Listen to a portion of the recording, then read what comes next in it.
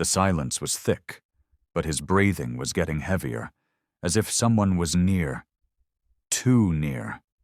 Ahmad turned on his phone's flashlight, but the screen flashed white and shut off instantly. The battery was full, yet it felt like something had taken control. His heartbeat pounded in his ears. What kind of trick was this? He took a step back, and that's when he felt it, a cold sensation against his back. A hand? No, something else. He spun around, but there was nothing. A faint laugh echoed, soft, yet chilling. He was alone in the house. Where did that sound come from? Something slid under his foot, a piece of old paper. He picked it up, and his breath caught in his throat as he read the words, "Whoever enters, never leaves." His fingers trembled.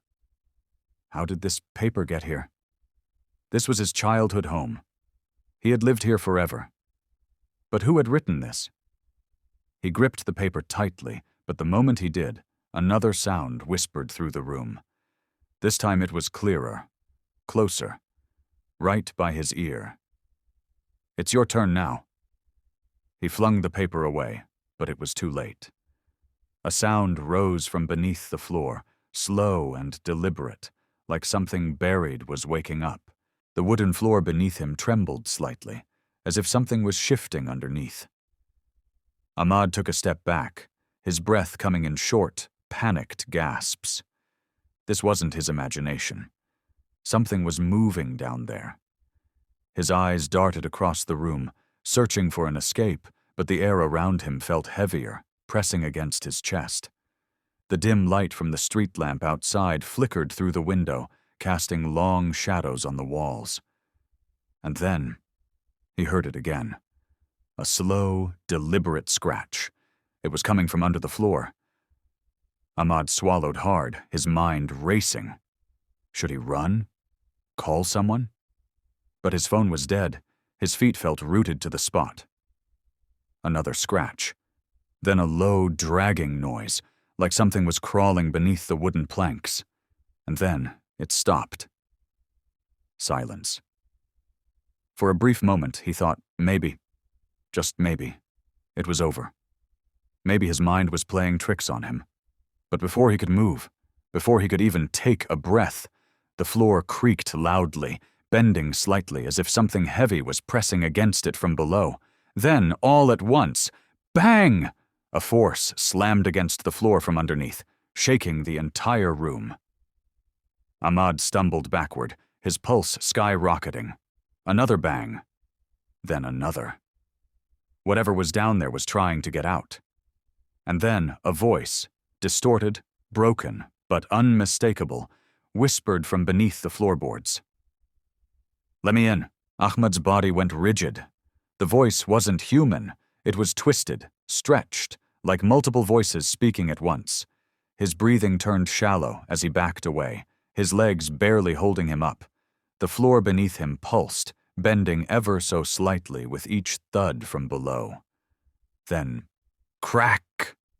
A thin, jagged split appeared in the wooden planks. Something underneath was pushing against it. The gap was small, but Ahmad saw it, a single, pale fingertip forcing its way through the crack. His stomach lurched. His mind screamed at him to move, to run, to do anything, but his body refused to listen. The finger twitched, then another one pushed through. The gap widened, revealing something much worse, a hand, thin and stretched, its nails broken and jagged, pressing against the wood. Ahmad finally snapped out of his trance. He stumbled backward, knocking over a chair, his heart slamming against his ribs. The hand pushed harder, the floor creaking under its weight. Then, before he could even think, a second hand shot through, faster, more aggressive, clawing at the edges of the crack, forcing it wider. The air in the room turned ice cold. His breath came out in visible puffs.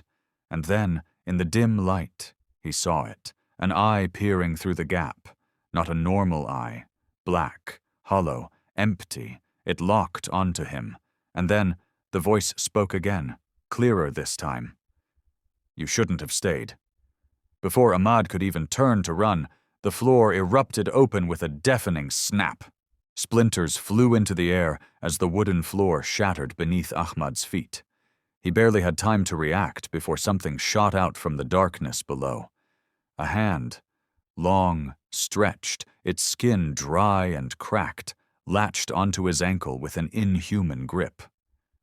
Ahmad let out a choked scream and kicked wildly, but the hand held firm, its fingers tightening like iron. His body was yanked forward, dragging him toward the gaping hole in the floor. His nails clawed against the wood, desperate for anything to hold on to. His chest heaved as he looked down. Nothing but endless darkness stared back at him. It wasn't just a hole, it was a void, deep, silent, alive. Then another hand emerged, and another, crawling, reaching, rising. More of them, too many to count. The whispers returned, but this time they were all around him, some behind him, some right next to his ear. "Come down, it's time." Ahmad let out a strangled cry as the grip on his leg tightened, pulling harder. His fingers burned as they scraped against the wood. His muscles screamed. He wasn't strong enough. And then the whispers stopped. Silence. Cold. Empty. The hands loosened. Ahmad gasped, yanking his leg free, scrambling backward, his body shaking. He pressed himself against the wall, his eyes locked onto the black pit. The hands were gone. For a moment, everything was still. No whispers, no movement, just the hollow gap in the floor, waiting, watching. And then it climbed out. A figure. Tall, twisted, bent in ways no human should be. Its limbs stretched unnaturally as it pulled itself up from the pit.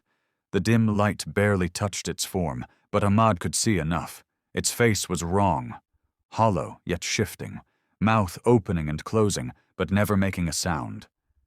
Ahmad couldn't breathe, couldn't think, couldn't move.